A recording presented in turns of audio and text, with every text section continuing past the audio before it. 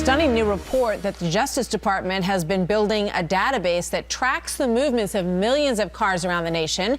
According to these documents in the Wall Street Journal today, the Drug Enforcement Agency uses the intelligence to fight drug trafficking by seizing cars and cash and other assets. The DOJ defends this policy, saying, quote, "It is not new that the DEA uses the license plate reader program to arrest criminals and stop the flow of drugs in areas of high trafficking intensity." So what does everybody think about this whole program? Lars Larson is a syndicated radio host at Alpha Media Networks. Leslie Marshall is a syndicated radio talk show host and a Fox News contributor. Welcome. Good to have both of you here. Good morning. I guess what's new here is that the database is being expanded to hunt for vehicles associated with other crimes outside of drug crimes as well, including kidnappings, killings, rape suspects, according to people who are familiar with this. So, Lars, let me start with you. Good thing or bad thing?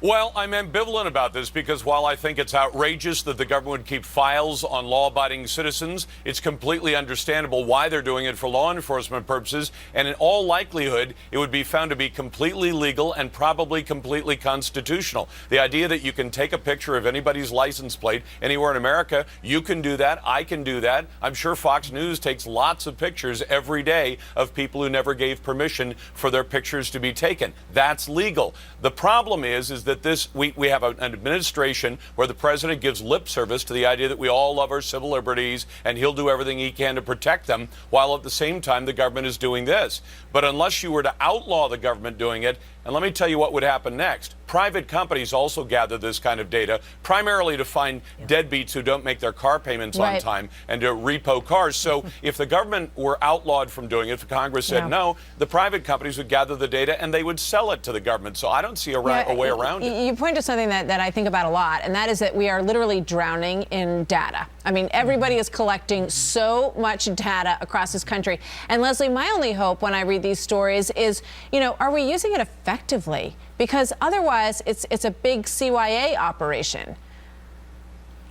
Well, I'm scared. It's Monday, and I've just agreed almost 100% with Lars, I think for the first time ever, because I'm ambivalent about this, too. I mean, first of all, here are some of the issues. One is the scope. Overreach of the government. But then when we look at breaking it down, do we want license plates to be tracked when we have Amber Alerts? Absolutely. We want that information. We want it accessed quickly. Another concern is the NSA and the DEA sharing information. The DEA, this is going again outside the scope of just drug operations and Amber Alerts, and they're not doing anything with regard to national security. Or are they? I mean, these two agencies for years have been sharing information. But as Lars said, and you just spoke to this, Martha, when right now my cell phone is sitting not far from where I am on screen, and somebody can track that, and hackers can track that, the cell phone company can track that, but the police can track that.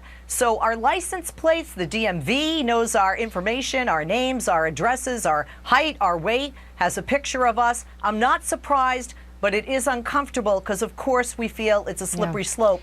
What will be next? It's uncomfortable, but it's the world that we live in. Everybody has a ton of information on all of us. And so, I think I'm not alone, Lars, in thinking that, okay, you kind of throw your hands up and say it's all out there.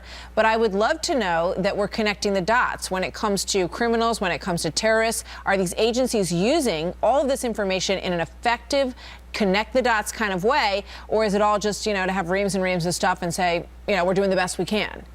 Well, two data points on that. One, they probably aren't using it effectively because we still have these silos that are built around various agencies. We're going to find out somewhere down the line that some terrorist is being hunted. We know where he is, or one agency knows where he is, but they're not sharing that with another agency. I have a feeling we're going to hear about that. Second one, you remember when the NSA, some of the boys and girls at the NSA were using their databases to check up on their significant others or their ex-girlfriends and ex-boyfriends? Remember when that happened? Just a couple of years ago.